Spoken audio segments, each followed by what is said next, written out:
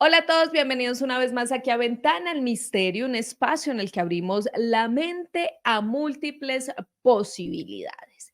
E imagínense ustedes algo, si la historia no fuera la que nos han contado desde el inicio, si algunos hechos, situaciones o cosas nos hicieran de alguna manera redescubrirnos, no solamente como humanos, sino también como sociedad. Muy extraño, ¿no? Muy loco aún.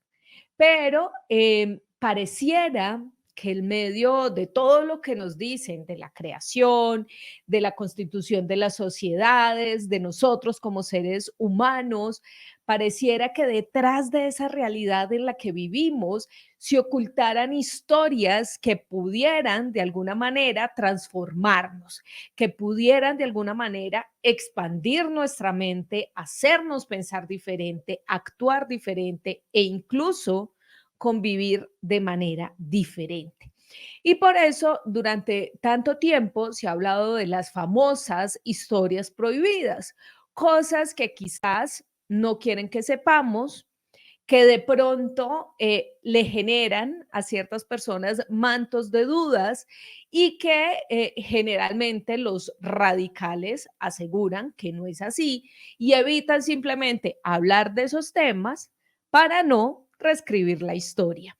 Y este tema ya lo hemos tratado varias veces aquí en este canal de Ventana al Misterio, junto a un profesor, sí señores, él es profe, además enamorado de este mundo del misterio y siempre nos trae este tipo de historias para que no solamente reflexionemos, sino que nos pone a dudar un poco sobre la realidad en la cual vivimos.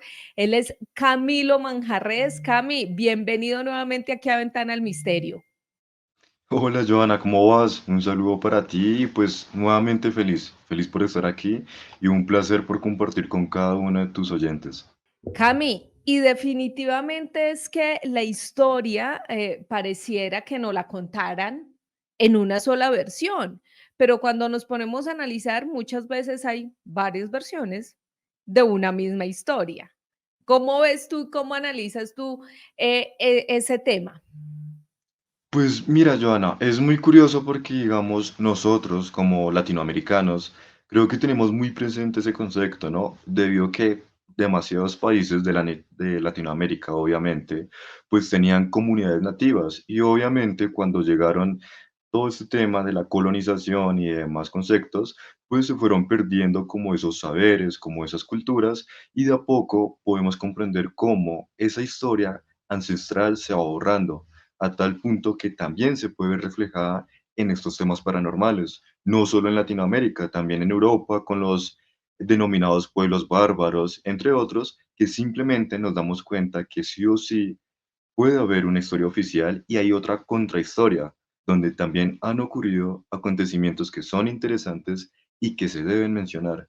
Entonces, nosotros como latinoamericanos creo que nos apasiona mucho más esta parte del misterio.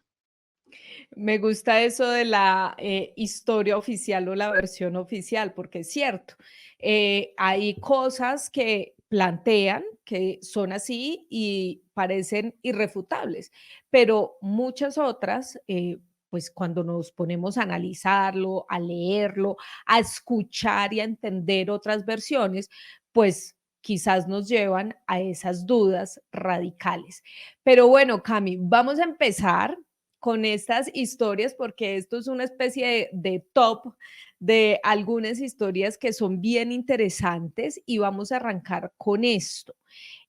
Tengo que confesar que no tenía mucha información acerca de este tema y son el famoso árbol de silicio, que de verdad detrás de esto hay una historia maravillosa porque es considerado como uno de los árboles más grandes y viejos del mundo, pero que además tienen unas propiedades increíbles que pueden, como estábamos diciendo, de alguna manera mostrarnos otras realidades, como la historia de este árbol. Sí, Joana, pues mira, inicialmente este árbol que nuestros oyentes están viendo no es el único, sino hay diferentes árboles alrededor del mundo que simplemente tienen una característica muy peculiar. Y es que a simple vista, si nosotros vemos esta imagen y la comparamos con un árbol que está cortado con el tronco, es prácticamente ver un árbol, pero obviamente de gran tamaño. En ese orden de ideas nos damos cuenta sobre el concepto de árboles de silicio. ¿Y esto qué nos quiere decir, Joana? Que simplemente hace millones de años, hace mucho, mucho tiempo, en la Tierra existieron árboles de gran tamaño que superaban los grandes árboles que hoy en día vemos, y algunos relatos se mencionan que estos árboles fueron cortados por alguien o por algo. Desde la parte religiosa se puede investigar y hay, digamos, evidencia no oficial, digamos, de poder tocar, pero sí para leer sobre temas religiosos, como es en Ezequiel 31:14 y en Ezequiel 31:16, donde se menciona que Jehová quería, de cierta manera, como acabar con estos árboles. En estos relatos se menciona que él ordenó cortar estos árboles. Asimismo, en Daniel 4:10-12 se menciona que estos árboles eran muy grandes y eran árboles que están en diferentes lugares de la tierra. Entonces, vuelvo y les digo, obviamente es un texto religioso que se trata con respeto, pero pues toca cogerlo con pinzas. Cuando digo con pinzas, ¿a qué me refiero? Que no podemos tomar como referencia un texto religioso o independiente si no tenemos una base sólida para poder investigar sobre ese árbol. Es más, como yo lo venía mencionando, hay muchos árboles y muchos relatos de comunidades nativas que mencionan que estos lugares son sagrados. Uno de los más curiosos, no sé si de pronto a ti te gustan bastante, aunque yo creo que sí, las películas de extraterrestres. Hay una donde Claro, eh, creo que llama Contactos del Cuarto Tipo, si no estoy mal, que hay una montaña sí. muy grande, llega un ovni que va bajando. Esa película, si no estoy mal, que la dirigió Steven Spielberg, ese árbol que es muy parecido a este que tú colocaste, se menciona que también podría ser un árbol de silicio. Y si nuestros oyentes quieren buscar, simplemente buscan árbol de silicio en Wyoming y podrán verlo. Y es bastante interesante, Joana. Yo te pregunto a ti, ¿tú crees que en verdad pueden existir o existieron estos árboles como en otras películas se han demostrado, como es en Avatar, ¿no? Que nos muestran la importancia de los árboles y que son grandes, ¿no crees? Pues mira, más que si yo creo o no, digamos que sí hay bastante evidencia em, sobre estos troncos realmente, porque como dice Camilo, son cortados. Incluso si uno ve la fotografía de lejos, no pareciera un árbol como tal, sino una especie de montaña.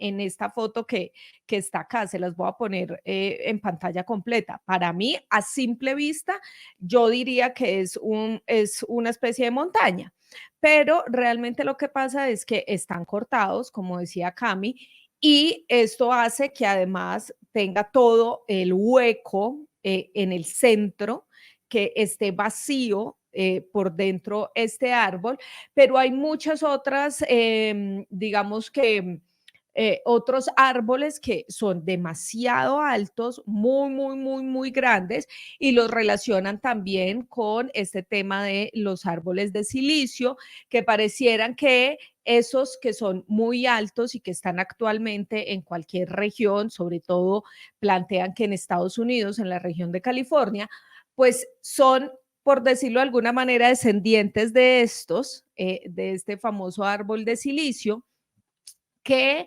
pues según las leyendas bíblicas, pues lo mandó a cortar. ¿Por qué razón, Cami? ¿Cuál fue la razón por la cual se cortaron esos árboles? ¿Qué había allí? Bueno, en los tres relatos que yo menciono, tanto en Ezequiel como en Daniel, se mencionan que estos árboles, como eran tan grandes, no eran, digamos, como acorde a lo que debía ocurrir en estas partes geográficas y simplemente no encajaban, ¿me entiendes? Porque era un lugar donde varias especies de animales, donde varias personas podían estar cerca de este árbol y no era como un patrón ideal para habitar, ¿me entiendes? Era como algo que no encajaba y por eso decían cómo cortar estos árboles. Y ya que tú lo mencionabas, no solo desde esta parte religiosa, que lo mencionas muy bien, hay un árbol en especial en todo el mundo, bueno, considerando que sean árboles, ¿no? Que no tiene una explicación y es el que yo les comentaba a ustedes y es el de Wyoming, porque hoy en día lo siguen estudiando y no saben cómo se formó, digamos, este lugar, este árbol, ya que su característica es de tipo volcánico, pero pues no hay nada alrededor para que lo haya formado.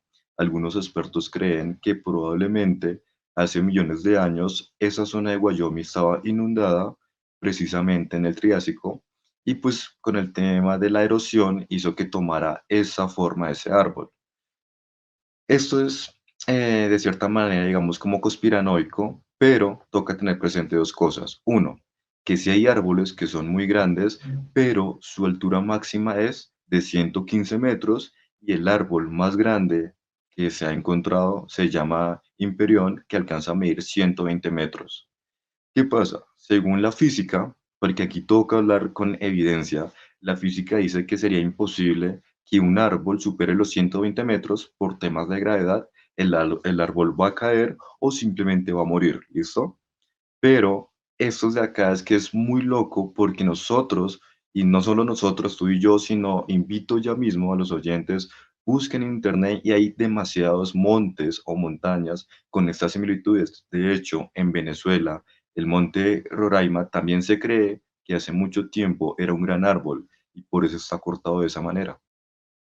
Wow, eso no lo sabía, pero miren esto, es como árboles gigantes que crecen sin una explicación, que además científicamente no tienen una razón para saber por qué es semejante magnitud y además con unas características particulares que ese terreno, por decirlo de alguna manera, nativamente no podría forjar o crear estos árboles. Y de ahí viene el misterio. Entonces, ¿cómo, cómo hicieron para estar allí?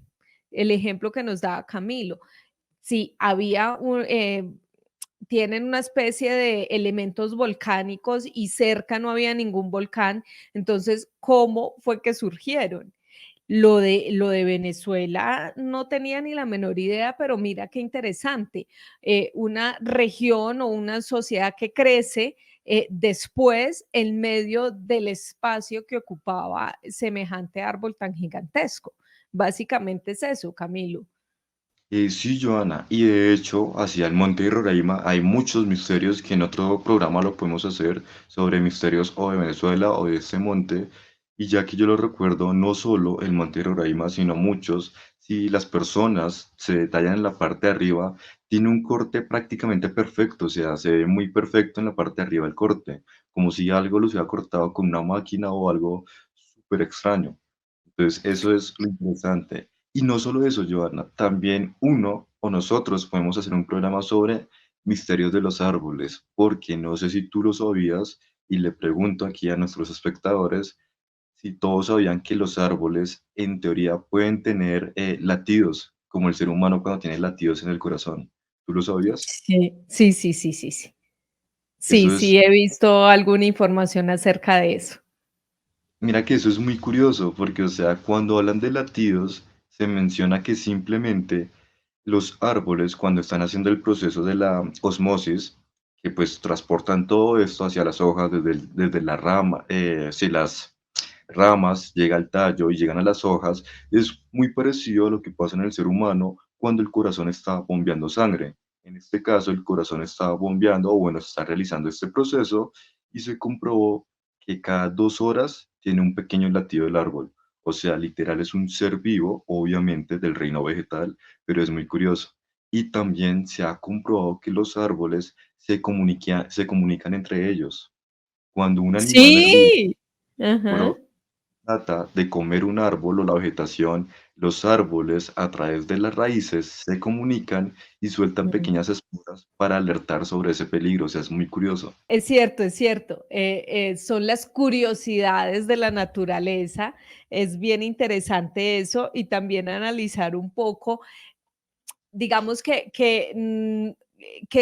algunas veces estamos como tan encerrados en lo que creemos que se nos olvida de alguna manera que también la naturaleza es vida, que la naturaleza siente, que la naturaleza vive y que de alguna manera también se puede comunicar, quizás no como nosotros, pero sí a través de ciertos gestos, similitudes que ellos puedan plantear para poderse comunicar entre ellos. Entonces es bien interesante esto.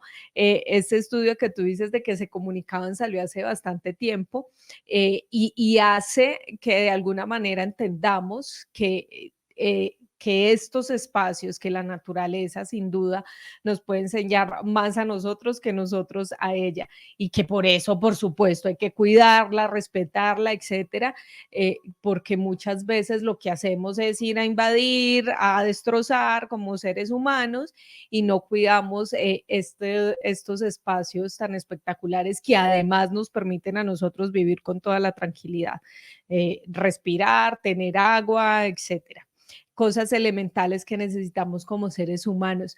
Bueno, Cami, esto de los árboles nos podríamos quedar aquí debatiendo bastante sobre el tema porque sí es bien interesante eso, es por decirlo de alguna manera, estructuras que no hemos descubierto y que nos llevan a pensar también o a analizar un poco por qué están donde están.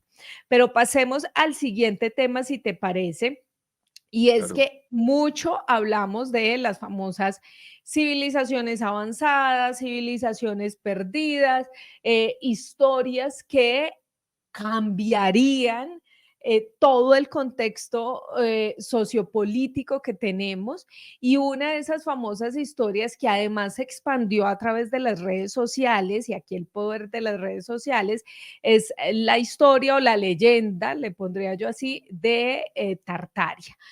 Un lugar que sin duda sería una civilización avanzada, con una arquitectura, mejor dicho, maravillosa e incluso que tendría lluvia de barro. ¿Cómo es esto?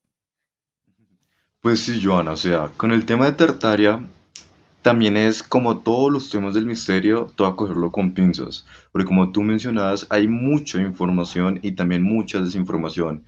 Y como desde siempre lo hemos repetido, está como la historia oficial y esa contrahistoria. Entonces, ¿qué nos dice la historia oficial?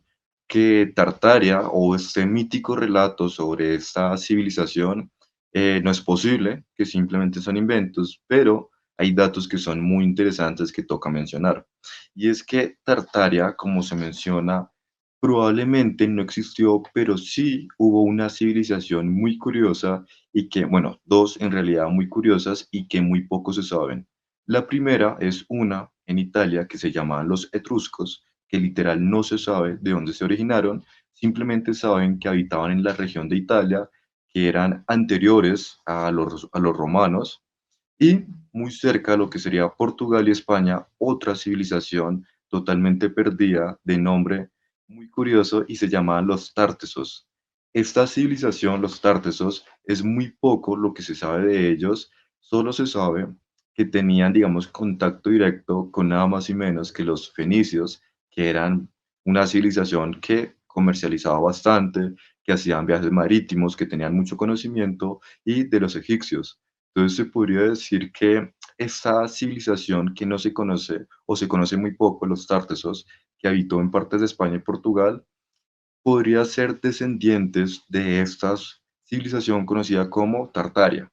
Pero bueno, tú mencionabas sobre cómo posiblemente existió y hubo como una gran desastre, una lluvia de barro. Y es que según los relatos se menciona que hace mucho tiempo esta civilización que tuvo mucha tecnología, como podría ser la Atlántida, Lemuria y demás continentes perdidos, tristemente tuvo un incidente y es que hubo una gran lluvia de lodo. Hubo una gran lluvia de lodo que todo se fue perdiendo, que sus estructuras, sus ciudades quedaron inundadas y todo esto se fue perdiendo.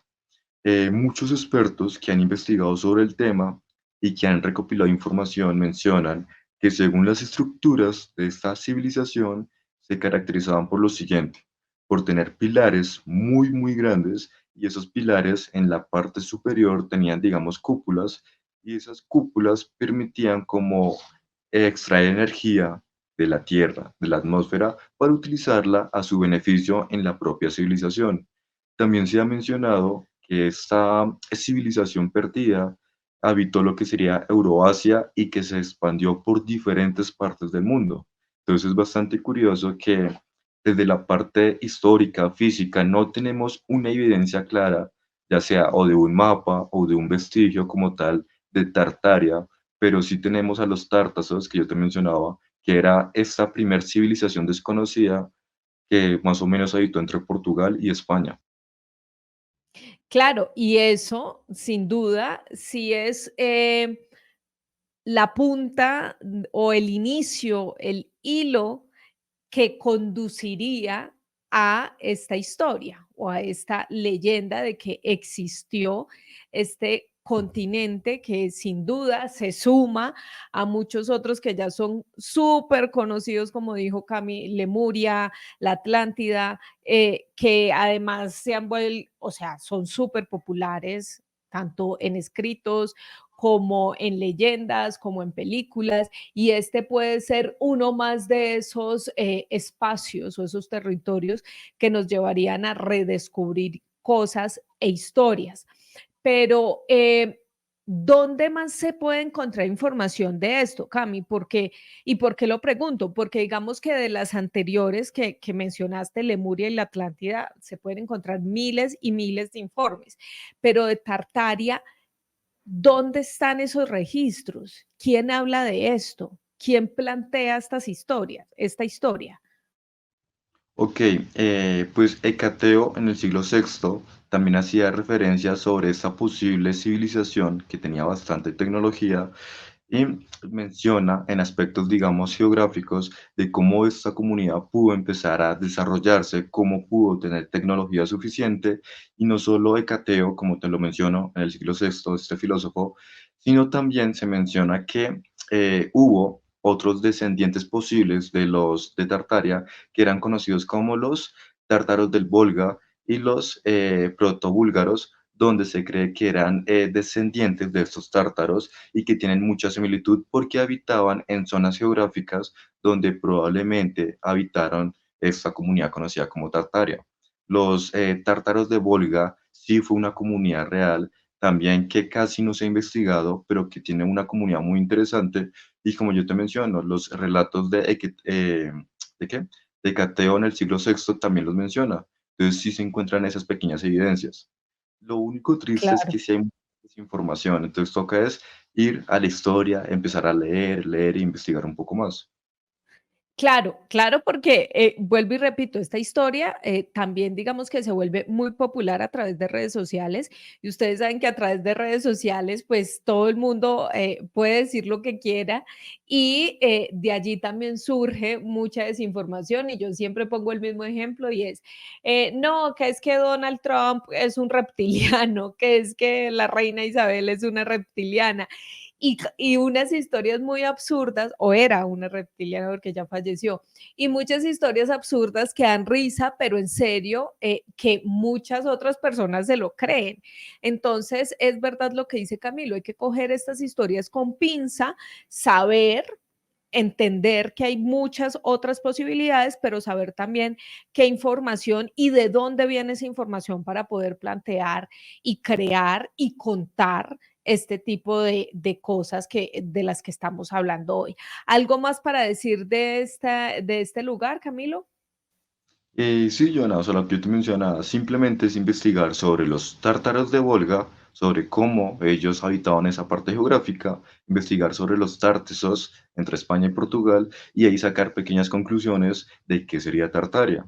Obviamente, esto no se ha comprobado, Ujú. pero presente que sí hay, con el paso del tiempo se han encontrado continentes que se crean que eran perdidos, que no eran reales, pero hoy en día se comprueban que son reales, como es el continente de Zelandia, que está pues bajo el mar, que hace mucho tiempo estaba desaparecido y con el paso del tiempo se encontró este continente, entonces tener eso muy presente. Bueno, Cami, vamos con una historia que a mí me encanta y es una historia sobre los aborígenes australianos. Estas son unas cuevas que quedan en Australia y donde hay figuras rupestres como esta que ustedes están viendo aquí en pantalla. Esta es una comunidad que, o mejor, estas pinturas se llaman los Wandjina y se habla precisamente de los mitos de los aborígenes australianos. Supuestamente, estos seres bajaron a la tierra, estuvieron en contacto con esas tribus australianas y además eran espíritus de la naturaleza que les enseñaron todo el tema de la lluvia, de las nubes, de cómo ellos podían aprovechar esos recursos naturales para generar alimento, para además les enseñaron a convivir entre ellos y digamos que esta es tan solo una de esas figuras, son varias, bastante curiosas. Si ustedes quieren, es muy fácil, busquen en Google Wandjina, Australia o cuevas en Australia con figuras rupestres y van a encontrar miles de estas figuras que además son demasiado llamativas porque todas están, digamos que tienen como la misma estructura y es cabezas muy gigantes, ojos muy grandes, pronunciados, negros y casi que ninguna de las figuras que está ahí tiene boca, Cami, y habla precisamente de todos esos mitos de la creación de esa comunidad australiana, de esos aborígenes australianos. ¿Qué decir de estas estructuras que de verdad son maravillosas y que poco a poco se han convertido también en un punto turístico para quienes van a este país y además que se enlaza con la leyenda y la mitología de esa región? Joana, pues de hecho este caso, el de los Guanjina, yo lo hablé en el colegio en una clase para séptimo grado y yo le decía a las chicas que bueno, este arte rupestre es muy curioso por dos factores. Y el primero es que toca tener presente que quién fue o quién era el Walaganda. El Walaganda, no sé si de pronto lo habrás escuchado, era considerado como una entidad que pasaría a ser la Vía Láctea. O sea, el Walaganda simplemente sería la Vía Láctea que todos conocemos para estos cazadores primitivos de Australia. Porque como tú muy bien lo estabas mencionando, este arte rupestre lo realizaron cazadores primitivos o tribunas aborígenes de Australia y se cree que son bastante antiguos. Algunos creen que tienen 20.000, 30.000 años de antigüedad porque este que están viendo aquí nuestros oyentes fueron encontrados muy cerca a un fósil de un panal de abeja. Ese fósil tenía más o menos 20.000, 25.000 años de antigüedad. Por consiguiente, se cree que este arte rupestre tiene que ser contemporáneo a ese fósil de panal de abeja. Pero entonces, bueno, como ya sabemos que ¿qué?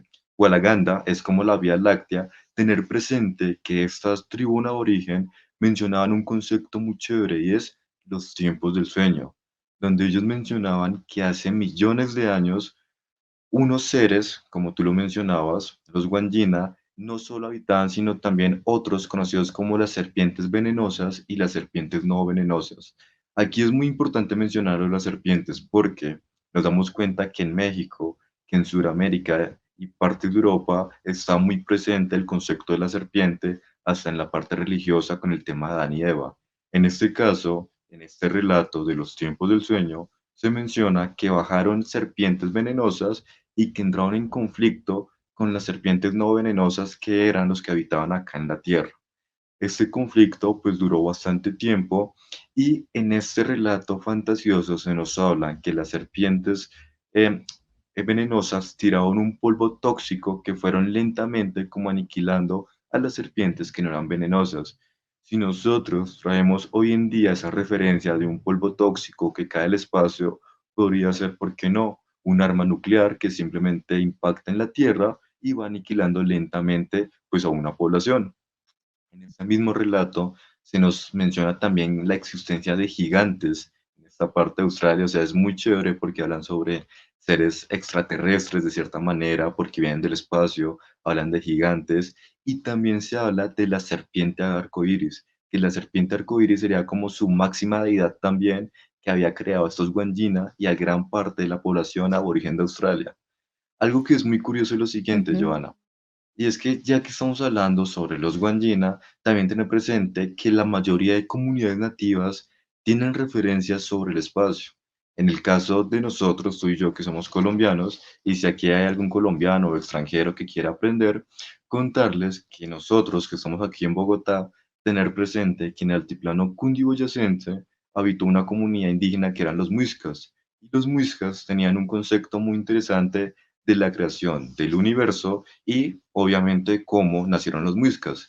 Ellos mencionaban que en el vacío, en el espacio, todo era oscuridad y un ser llamado Chiminigawa decidió enviar dos aves, dos cuervos, y que con su vuelo fueron iluminando todo el universo. Estas aves, cuando llegaron a la Tierra, precisamente llegaron a una laguna sagrada conocida como la Laguna de Iguaque. Y en esta laguna pues saldrían sus deidades conocidas como Bachué, y de ahí empezarían a surgir todo lo que se conoce como la comunidad muisca. Entonces nos damos cuenta que desde Colombia, desde comunidades nativas, también se hablan sobre conceptos del espacio. Ahora en Australia, los Guanjina y sobre la serpiente arcoíris que está en el espacio, y diferentes comunidades más que tienen muy presente el concepto de las estrellas y el universo. O sea, es muy curioso esto, Joana. Sí, digamos que esa es una historia que se repite en cualquier parte del mundo donde haya comunidades con, algunos lo llaman orígenes eh, o aborígenes, en nosotros acá en Latinoamérica, pues comunidades indígenas, y todas sin duda estaban completamente conectadas, no solamente con la naturaleza, sino con todo lo relacionado con los astros mayores, es decir, el sol, la luna, el agua, todo esto que de allí surgen casi que todas las leyendas de la creación de estas comunidades. Sin duda también esta historia de los Wangina, Cami, pues se ha relacionado un montón con todo el fenómeno ufológico o extraterrestre y ovni, por precisamente esa misma estructura o diseño que tienen estas imágenes. Muchos han dicho esto definitivamente fueron alienígenas ancestrales, hablan no solamente de esa serpiente de arcoíris, sino de la serpiente emplumada. Incluso muchos dicen que lo que está alrededor, como dibujando la cara o haciendo la forma de la cara, lo café, son plumas. También se habla de que son plumas, lo describen así de alguna manera, pero la leyenda nos habla también de que estos seres llegaron a formar de alguna manera esta comunidad, que llegaron a darles instrucciones, porque eran no solamente los creadores del agua, como se los dije inicialmente, sino de la tierra, del mar, y el poder que tenían era tan fuerte estos espíritus que vivían como en unos pequeños estanques donde allí se conservaban y luego salían a esas batallas, como nos explicaba muy bien Camilo, salían a esas batallas y en medio de las batallas, cuando estaban muy enfurecidos, habían inundaciones y relámpagos muy, muy fuertes que los hacía de alguna manera salir victoriosos frente a sus enemigos. Incluso la comunidad que vive muy cerca de estas cuevas aún sigue diciendo que estos espíritus tienen poder, que estas cuevas son sagradas, obviamente, pero que además los espíritus siguen estando allí presentes, que aún se resguardan en esas cuevas, y por eso les digo, este lugar se ha convertido sin duda en un sitio turístico, pero lo que más me gusta de esta historia, Cami, es que tenemos las evidencias, y es que definitivamente a este arte se le ha hecho muchísimos estudios para verificar más o menos cuánto tiempo de antigüedad tienen, para verificar si eran reales respecto a que fueron creadas hace muchísimos años, y está comprobado que sí, que efectivamente no es que a alguien se le ocurrió ir a pintar esto y salir con esa historia, no señores, sino que esto hace parte del arte rupestre de Australia, que tiene muchísimos años y que contaría una historia de creación de esa comunidad y de ese territorio. ¿Tú qué opinas de esa teoría de que esto puede estar relacionado con alienígenas ancestrales? Inicialmente creo que sí puede ser totalmente cierto, porque debemos partir que muchas comunidades nativas, no importa el continente, tienen enfocado sobre la importancia del espacio, de las estrellas, que tenían observatorios astronómicos, tanto lunares como solares, y no solo eso, bueno, podemos hablar que de la parte, digamos, indígena, estas comunidades tienen esta referencia, pero también si nosotros vamos de la parte, digamos, científica, de la parte de física, nos damos cuenta que es posible que puedan venir seres fuera de nuestra Tierra, como microorganismos, como pueden ser pequeñas bacterias o virus que van entrando y van impactando en la tierra o en el agua. Entonces, simplemente podemos tener en cuenta que de la parte nativa, que estaban muy presentes con el tema de astronomía, que probablemente tuvieron contacto con alguien, y hoy en día, si analizamos desde la parte física, también nos damos cuenta que probablemente pueden venir microorganismos que podrían poblar la Tierra. Entonces, eso es muy curioso. De hecho, en el agua que todos nosotros tomamos, hay microorganismos como son los paramecios, nemátodos y rotíferos. Estos microorganismos siempre habitan en el agua. Lo curioso es que en la luna de Europa, en Júpiter, esta luna, se ha encontrado que hay agua, pero está congelada. Entonces, si llega a haber agua en su estado, digamos, líquido, probablemente pueden estar esos mismos microorganismos que acabo de decir que son seres vivos. De hecho, los nematodos son gusanos, pero muy pequeños, son microscópicos. Entonces, estas comunidades, yo sí creo que tuvieron contacto con algunos seres que tenían tecnología, no que fueran dioses, sino simplemente una civilización con más tecnología que vino a la Tierra. Sí, y seguramente así hay muchas y muchas otras comunidades que no solo plantean eso, sino que también tienen sus vestigios que podrían llevarnos a reflexionar sobre esas civilizaciones avanzadas que estuvieron aquí antes que nosotros y que nos dejaron maravillas. Y aquí nos podemos quedar hablando de eso. Podemos irnos a Bolivia, podemos irnos a Perú, podemos irnos a Egipto, porque hay muchas, muchas evidencias que no se han podido tener como tanta claridad respecto a su origen. Y hay muchas teorías alrededor de eso. En Chile, esos hombres gigantes también, esas estructuras de hombres gigantes que lo dejan a uno como cómo hicieron para llegar ahí, cómo hicieron para construir estas cosas, pero que sin duda volvemos a lo mismo que planteamos desde el inicio de este video y es también entender todas las cosas desde varias perspectivas y finalmente sacar su propia conclusión. Cami, ¿algo más que decir de Wangina en Australia o pasamos al siguiente caso? No, perfectamente tú lo mencionaste muy bien. Lo único es que tengan muy presente nuestros oyentes es que por favor, si quieren al final del video, busquen las imágenes, es que son muy curiosas y hay otras que se ven muy, muy claro, los dos ojos negros y la cara como ovalada, como si fuera la imagen del típico gris, como el que tienes Sí, aquí atrás, tu cuadro, sí, sí, literal. sí, sí, es este y este. Ah, sí, Bueno, es cierto, las imágenes de esa cueva son espectaculares, porque esta es apenas una referencia, pero hay muchas, muchas figuras allí en esa cueva que lo llevan a uno a reflexionar. Incluso hay una que pareciera tener como una especie de casco, que también es como wow, y es la referencia que tenemos acerca de los supuestos alienígenas. Entonces es bien interesante ese tema de Australia y yo creo que incluso de ese solo caso podríamos hacer todo un video completo. Bueno, Cami, otra historia que yo sé que esta sí, casi que todo el mundo la conoce o la tiene en su mente y es porque se ha convertido en un tema recurrente en películas, en libros, en leyendas, en videos, y es la famosa Ciudad Perdida Z. Han sacado miles de películas sobre esta posibilidad, sobre la posibilidad de una ciudad perdida en la selva amazónica, supuestamente en el estado, en un estado de Brasil, y que se supone que de esa ciudad, pues hay una civilización avanzada o compleja que haya podido sobrevivir, que haya podido sobrevivir.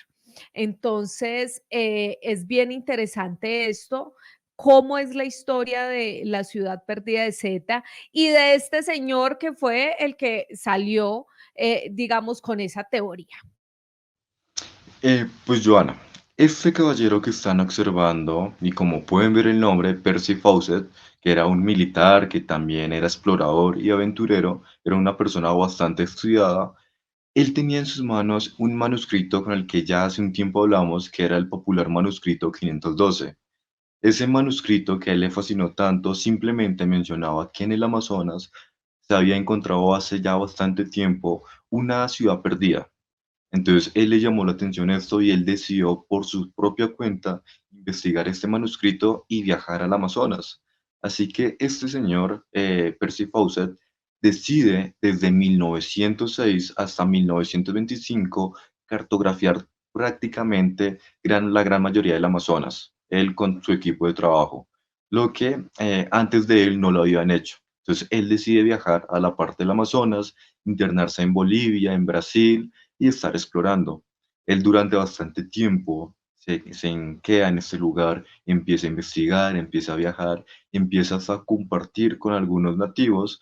Digamos, en la academia podríamos decir que hizo un trabajo etnográfico porque estuvo bastante tiempo compartiendo con todas estas comunidades de Brasil y entre ellas él menciona que en 1907 logra observar una comunidad indígena pero que era totalmente blanca, ¿vale? Que eran indígenas de aspecto blanco, que eran rubios, de color pelirrojo, y que eran muy curiosos porque no correspondían a las características físicas de la comunidad nativa pues del Amazonas, porque normalmente son morenos o son trigueños. Así que este señor decide estar gran parte de su vida explorando día y noche el Amazonas, navegando por el río y él en un punto llega al Mato Grosso. En ese punto, precisamente en 1927, si no me falla la memoria, él decide enviar una carta a su esposa y él le dice a su esposa que él está con su hijo mayor, que están investigando y que él cree que van a estar muy cerca de encontrar esta mítica ciudad denominada la Ciudad Z. ¿Qué es lo curioso, Joana? Que él cuando le envía la carta a su esposa y le menciona que está a punto de entrar a esta ciudad, jamás se vuelve a encontrar él, jamás vuelve a aparecer, simplemente desaparece en esa ciudad, en ese lugar del Amazonas, en el Mato Grosso. Desde 1925 hasta la actualidad no se volvió a encontrar ni a saber nada de Percy Fawcett. Algunas personas creen que probablemente él sí encontró esta ciudad y decidió vivir hasta que él muriera, hasta llegar a su vejez. Otros simplemente mencionan que de pronto se topó con una civilización caníbal, con alguna tribu caníbal, y pues que lo asesinaron. Él y a su equipo de trabajo, obviamente, y a su hijo. Pero, o sea, es un relato bastante curioso, y ya que él detalla este contacto con esta comunidad blanca que es muy curiosa porque sale del todo el estereotipo que menciona que el indio tiene que ser moreno o trigueño, él menciona que eran blancos de color rojizo y que eran bastante decentes, que era una comunidad que no era violenta en ningún aspecto. Mm. Sí, alrededor de qué pasó con este señor hay miles de teorías, incluso digamos que la más conocida o la más popular es, no, pues él simplemente descubrió esta comunidad. Algunos dicen que habían más o menos unos 50.000 habitantes en esta comunidad y que él decidió quedarse ahí conviviendo con ellos hasta que llegó pues el momento de fallecer. Otros plantean también que eran una comunidad caníbal y efectivamente perdió la vida ahí cuando entró en contacto con ellos. Y otros tantos dicen que fue tanta su obsesión con esta historia que él se perdió en medio de la selva buscando precisamente ese contacto. Entonces, nunca sabremos la verdad claramente, pero esta historia se volvió muy, muy popular porque en el 2005 un periodista estadounidense, David Grant, publicó un artículo sobre los hallazgos y las expediciones de este señor, de este topógrafo, investigador, y de ahí surgió, digamos que todo el boom de esa posible ciudad en la selva amazónica Y además esto lo convirtió él en un libro, porque fue tan fuerte que lo convirtió en un libro, y allí fue que en el 2016 salió la película, también con este mismo nombre, que es Ciudad Perdida Z, la ciudad perdida Z, donde se plantea no solo, digamos que los posibles hallazgos de Percy, sino también las teorías de lo que pudo haber sucedido con este señor. Sin duda, otra historia que quedará ahí pendiente en el misterio, pero yo sí tengo que decir, Cami, no sé tú qué opinas, y es que nosotros estamos conviviendo con muchas comunidades con las que no tenemos ni idea, que falta muchísimo por descubrir, que falta muchísimo para generar contacto. Y aquí siempre me acuerdo de esa famosa imagen que está rodando en redes sociales desde hace como 3 años de la famosa tribu esta que ataca con lanzas cuando un avión llega muy cerca a donde ellos están y es una tribu no contactada. Y lo que hacen es empezar a atacar a ese avión y hay un video espectacular y eso le dio la vuelta al mundo, pero entonces, así como esa, debe haber muchas más. No sé tú qué opinas. Sí, claro, esa tribu se llama Sentinel Norte y es bastante agresiva. Nadie puede ingresar ahí porque, como tú mencionabas, atacan a las personas. Y sí, claro, deben haber muchas comunidades que no están conectadas con la civilización y están apartadas. De hecho, el Amazonas, como yo te comentaba, no está explorado todavía totalmente. Hasta hace un tiempo y constantemente se vienen encontrando hallazgos arqueológicos y de arte rupestre muy curiosos y muy importantes. Entonces, como yo te mencionaba, no solo esto, el historiador Teodoro Sampaio menciona sobre esta comunidad blanca, sobre los molopeques, denominada así, que cree que probablemente se extinguieron porque fueron víctimas de otras comunidades. Pero entonces son comunidades muy curiosas que toca investigar. Exactamente, que toca investigar y también con cuidado, porque yo pienso que de alguna manera estas comunidades también viven con sus creencias y viven apartadas y necesitan de eso y nosotros realmente somos demasiado invasivos y podríamos llegar también a afectar su modo de convivencia, como en el caso este de esta tribu apartada, y claro, se vieron en peligro viendo un helicóptero que estaba ahí rondándolos, buscándolos para tomarles fotografías, para hacerles video y lo que hicieron fue pues reaccionar. Entonces, quizás por eso también mantienen muy resguardadas y es el miedo a nuestra sociedad y el miedo a este otro lado de los seres humanos que sin duda, así como nosotros tenemos las leyendas sobre ellos tendrán leyendas sobre nosotros y ya sabemos que muchas plantean que somos los hombres destructores y quizás por eso también se aparten un poco de nosotros. Bueno, Cami, sin duda esa historia de la ciudad perdida de Z ha dado mucho, mucho, mucho de qué hablar. Textos, películas, y seguirá siendo un misterio qué fue lo que pasó con este señor, cuáles fueron sus últimos días y cómo decidió de alguna manera también vivirlos. Eso va a quedar siempre allí, por eso el misterio es misterio, porque nos ahonda en posibles, en muchas posibilidades y nos lleva también a reflexionar muchísimo. Pero bueno, pasemos a la siguiente historia y la siguiente historia tiene que ver con un mapa estelar. Que además antes no creían que era un mapa estelar. Cómo es este cuento? Sí, pues imagínate que hace mucho tiempo, en realidad precisamente en 1960, una persona de apellido Mann, de nombre Ludovic Mann, decidió investigar diferentes partes de Escocia y en esas partes de Escocia encontró un posible mapa estelar, el cual él denominó de esta manera, ya que él decidió investigar toda esta roca que es bastante grande y se dio cuenta que tiene características muy peculiares, entre ellas que ese posible mapa o esa posible roca tendría más o menos entre 3.000 a 500, a 5.000 años de antigüedad. ¿Qué es lo curioso? Que cuando él encontró esta roca, el gobierno simplemente de Escocia, ¿qué hizo? Decidió enterrar nuevamente esta roca porque tenía la excusa que efectivamente no era, digamos, un lugar adecuado tenerla exhibida para todo el público porque probablemente podrían dañarlo.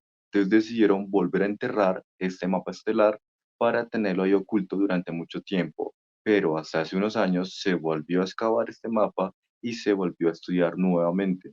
Lo curioso es que, como yo te menciono, se cree que puede tener entre 3.000 a 5.000 años de antigüedad. ¿Tú qué opinas al respecto? Claro, pues lo que opino es que no quieren que sepamos la historia real. Porque imagínense eso, descubren semejante joya y resulta que no, que ellos deciden volverla a enterrar porque es que es mejor ahí, porque de pronto no es lo que dicen que es, o sea, no tiene sentido. Y volvemos aquí a tratar de entender por qué hacen esto, por qué no mejor invierten además recursos para entender y poder que aprendamos de esos nuevos descubrimientos, que aprendamos también a entendernos como sociedad, porque esto de alguna manera cambia muchas cosas y nos da muchos datos de nuestro origen, de dónde venimos, de cómo era que estábamos distribuidos antes. Y esto sin duda es una manera de coartarnos esa información, de evitar que veamos el mundo de otra manera. Sí, claro, Joana. Y aquí nos damos cuenta que estas comunidades tenían bastante conocimiento, bastante intelecto, y no era como se ha mencionado normalmente, que eran pueblos o bárbaros o indígenas salvajes que se alimentaban de otros, que eran caníbales. Porque si nosotros analizamos en Perú, encontramos que en Caral esta civilización tenía las chincanas, que eran estructuras antisísmicas que colocaban debajo de sus templos para que no colapsaran porque la civilización de Caral se desarrolló en un área que era altamente sísmica. Entonces, esta comunidad que hizo, pues simplemente elaborar chincanas, las metían debajo de sus templos y esto evitaba que colapsaran estos templos. Hoy en día, en lo que son algunos apartamentos de China, están utilizando estas chincanas para evitar que, pues, colapsen los edificios. Entonces nos damos cuenta que estas comunidades sí tenían conocimiento y que tristemente lo hemos venido perdiendo, porque, o sea, mira, un mapa estelar de 3.000 5.000 años sin tecnología, sin internet, sin redes sociales y simplemente lograron tener este conocimiento. Como yo te Mm, mencionaba, esto sí. se descubrió en 1960 y el ministro de Obras Públicas de Escocia decidió volver a enterrarlo en 1965. No, que lleven al ministro quién sabe para dónde mejor. Pero mira, claro, y ahí también es entender un poco que hemos evolucionado, pero que sin duda nuestros ancestros también tenían una cantidad de conocimiento que, como tú muy bien lo mencionaste, nosotros hemos perdido. O sea, las estructuras en Perú son una cosa asombrosa. Lo de Caral, uno se queda de verdad anonadado porque es una estructura completamente perfectamente diseñada, exacta, todo lo tenían muy bien planeado y eso nos hace ver que no es que nosotros estemos completamente evolucionados, sino que al contrario, hemos perdido el conocimiento que nuestros ancestros podrían haber seguido compartiendo con nosotros y que quizás mucho de eso también se ha perdido porque evitan que conozcamos esas historias de la manera en la que deberíamos conocerlos, con la realidad, con la evolución que ellos tenían y el conocimiento. Y aquí les voy a decir una cosa, pues, muchos plantean, no, ese conocimiento viene de las estrellas, de los extraterrestres, de quién sabe quién. No, simplemente eran personas que entendían el contexto en el cual vivían, entendían que tenían que hacer, por ejemplo, estructuras antisísmicas en un lugar en el que todo el tiempo estaba temblando y que tenían que resguardarse y eso hacía que ellos generaran este tipo de evoluciones y este tipo de estructuras y este tipo de conocimiento que sin duda pues hoy aunque nos creamos más desarrollados, pues vamos perdiendo también toda esa información que seguramente nos serviría mucho. Creo yo que esa es mi reflexión, Cami.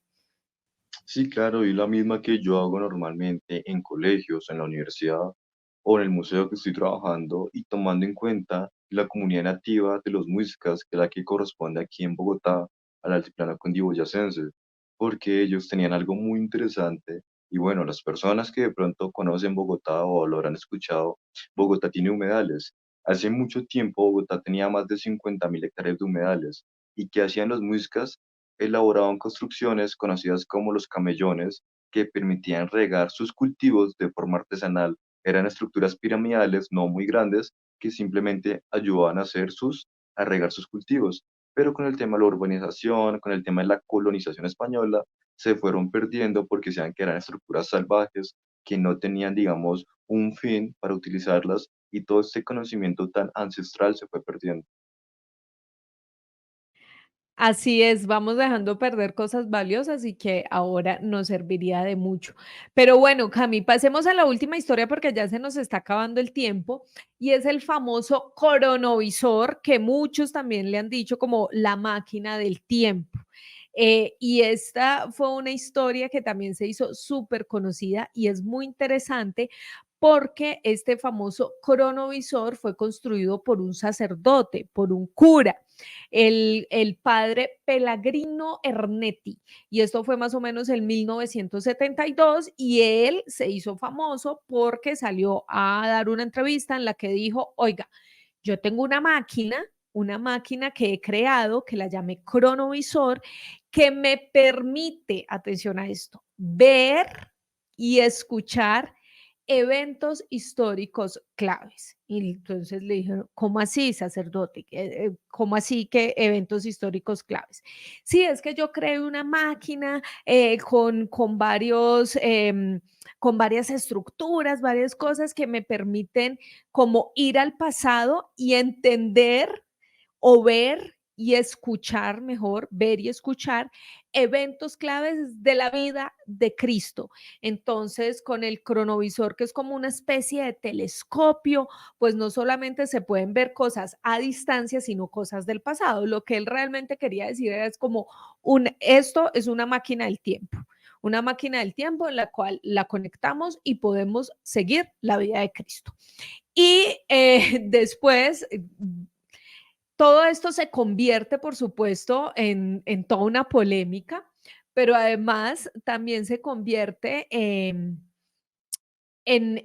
mucha información para algunas personas, incluso se llegaron a hacer fotografías falsas en las que se planteaban que habían salido estas fotos del cronovisor y eran supuestas fotos de Cristo. Entonces salieron por ahí como las verdaderas fotos de Cristo, cómo era Jesucristo según el cronovisor.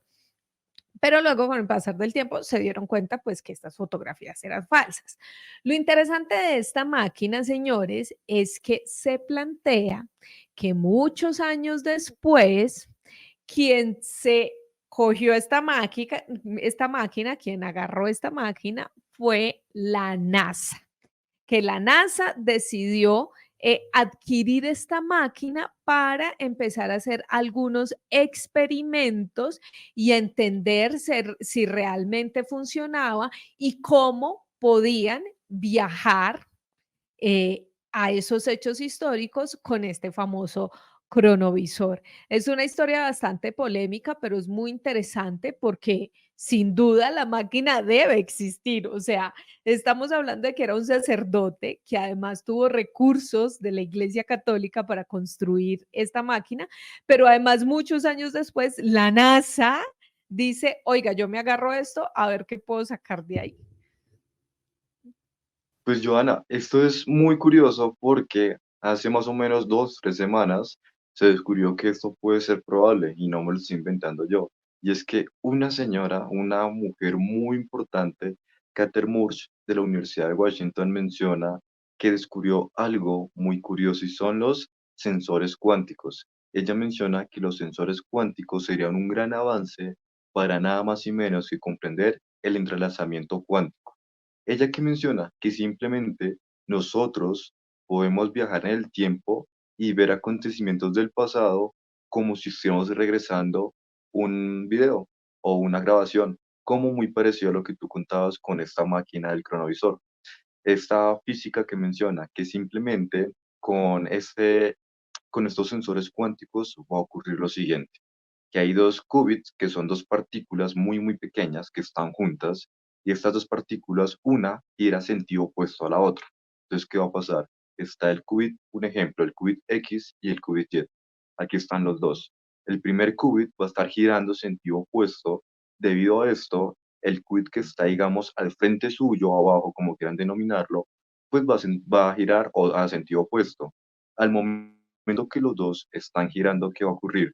Ambos qubits están entrelazados cuánticamente, están juntos y como están conectados, el qubit uno que está girando, un ejemplo, a la izquierda, le va a transmitir información al qubit que está girando hacia la derecha. Es decir, el qubit de la derecha, así como tú lo estás haciendo muy bien, está recibiendo información del qubit del pasado porque están entrelazados cuánticamente. A pesar que están juntos, irónicamente también están separados. Hay un campo magnético que los está separando, pero los dos están entrelazados. Y como están entrelazados, el qubit que está girando, supongamos a la derecha, está recibiendo información del qubit del pasado que está girando a la izquierda. Esto se conoce como sensores cuánticos y esta señora menciona que con este descubrimiento se puede retroceder en el tiempo, obviamente no nosotros viajando, sino simplemente tomando dos qubits que se pueden manipular arbitrariamente y obtener información del pasado como si nosotros estuviéramos regresando un video. Muy parecido a lo que es la historia del cronovisor, porque es lo que tú mencionabas, como ver esas imágenes del pasado. Prácticamente lo que mencionaba esta señora y fue un hallazgo que se hizo hace como 2, 3 semanas sobre cómo se puede regresar en el tiempo a forma Ajá. de un video. Qué interesante eso, Cami, porque yo lo estaba contando de manera jocosa porque me encanta contar las historias así, pero sin duda, digamos que han salido muchas farsas alrededor de esta máquina y sin duda lo real es que la máquina se construyó, que las fotos que hayan sacado de supuestamente de Cristo no sean reales es una cosa, pero la máquina sí es una realidad. La máquina sí existe, pero además la máquina está en poder de la NASA.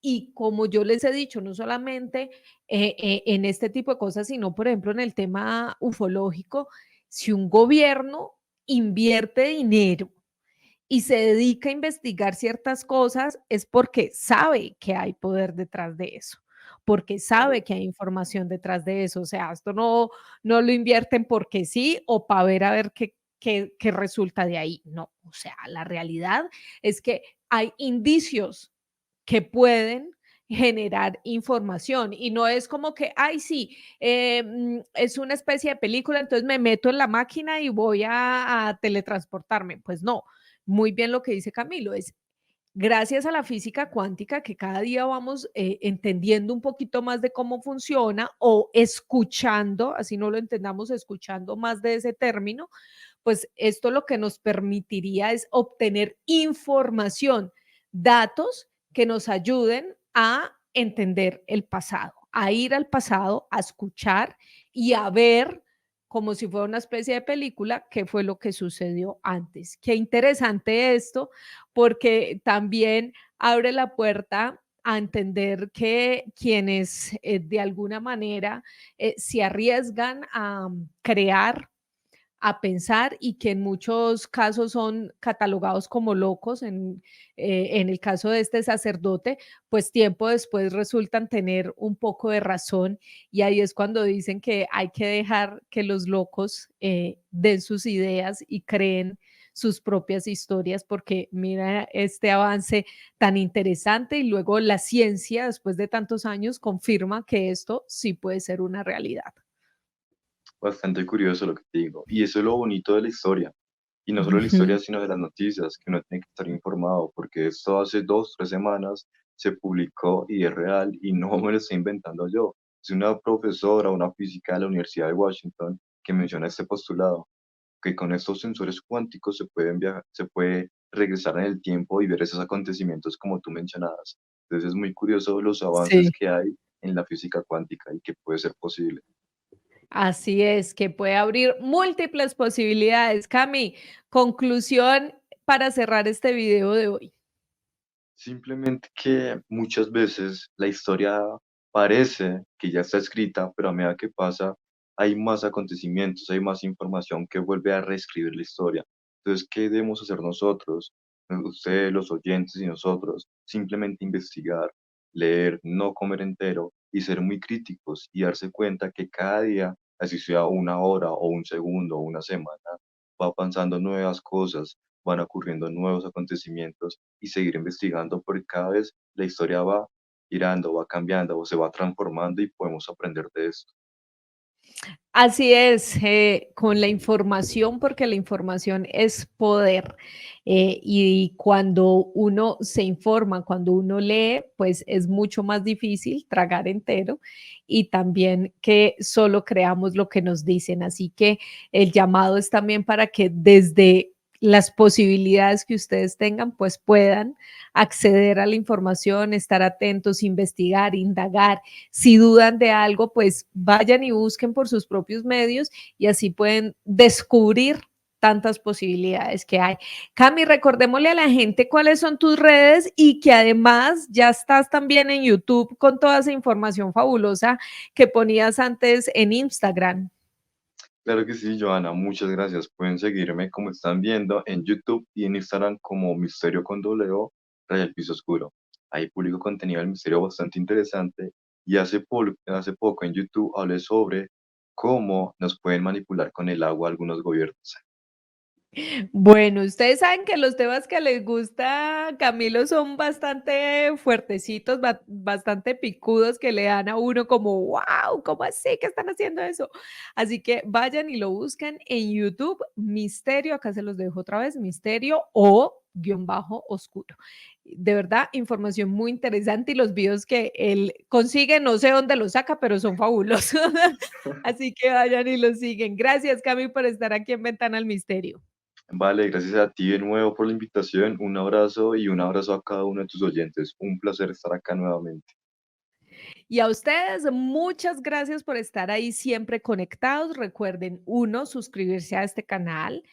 Dos, darle dedito arriba, dejar sus comentarios y además, si usted dice, oiga, no tengo tiempo para verlo en YouTube o es que en YouTube sale publicidad o es que, bueno, muchas cosas, pues ya pueden además llevarnos en audio, en podcast. ¿Y cómo? Muy fácil. Abajo en la descripción de este video está el enlace de speaker. Ustedes entran ahí, descargan. Ventana al Misterio, todos los audios que tenemos allí y lo llevan en su celular, en su móvil, en su tablet, donde quieran y lo pueden escuchar en cualquier momento y espacio que tengan. Gracias por estar conectados. Por hoy cerramos esta ventana al misterio.